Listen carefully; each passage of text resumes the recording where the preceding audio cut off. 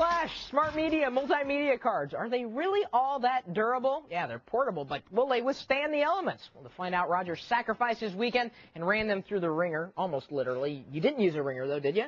No, I used a variety of mechanisms. But what I tested first, I tested 3 of the most common flash media that most people buy. We have our multimedia, or secure digital, if you have one of those. Also known as MMC. Has the same form factor. We have smart media. And then finally we have compact flash. Yes. And basically I took all these 3 and I put them in situations where most people would usually encounter, and then I took it to the extreme. For example, people might, leave something in their car on the cold winter's night, and temperatures might drop. Sure. So I figured, I can simulate that. I'll toss it in my freezer and let it sit for a day and a half. And I did, and I stuck it next to the ice cream because that's the area where it gets the hardest. Okay. Pulled it out the next day during lunch, actually right after lunch. Stuck it in, and they all worked beautifully. Really? So these media passed the freezer test? Yes. There was a little condensation when I took them out, but other than that, they all worked fine. All right. So that's the cold. That's the cold. Then I did the moisture test. And what I did was I basically took all 3 and I stuffed them in my pocket because I did laundry this weekend, and I washed it with my clothes. So I did the cold cycle with cold rinse and the full spin, and I pulled them out, and they worked. Really? Just kind of dry them off and work. In fact, let me try to simulate that right here. Okay. Let's take this smart media, and I'll take this, and I'm just going to dip it around. So even with detergent, it was fine. Yeah, but this doesn't just regular have, water. Yeah, this doesn't have the power of the air you breathe, but it is getting pretty wet. So let me just take that and thank you. Not a problem. That's what flannels are for. Well, let's see if we can get this to work. Sticking to the old I try to save your shirt from getting handy dandy media reader. This is just a regular USB reader. And there it pops up and has all the files I have in it. And if I played a song on it, it's still working. Sounds a little watery though. Kind of watered down, like it wasn't encoded right. No, is that just the burn? Oh no, it's because it's Windows Media. Ah, that would be why.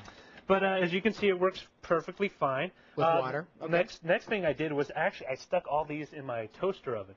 Actually, I stuck the first set in the toaster oven. What's that supposed to simulate? Well, where I come from in Modesto during the summer months, it gets really hot. And it gets very hot in your car, especially when you roll the windows up and you let it bake under the sun all day, where it reaches up to 130 and your CDs burn. So what I did, I stuck them in and I set it to the toaster oven to the black setting. As you notice, all toasters have a toast setting from light, brown, and black. All right. Left it black. This is actually what I came up with.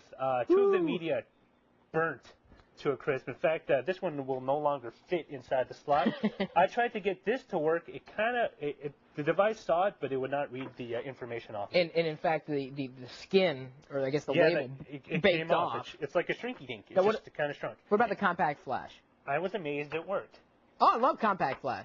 The only thing that came off was the little adhesive, the labels with the adhesive on it, and as you can feel, it's a little sticky, but it works.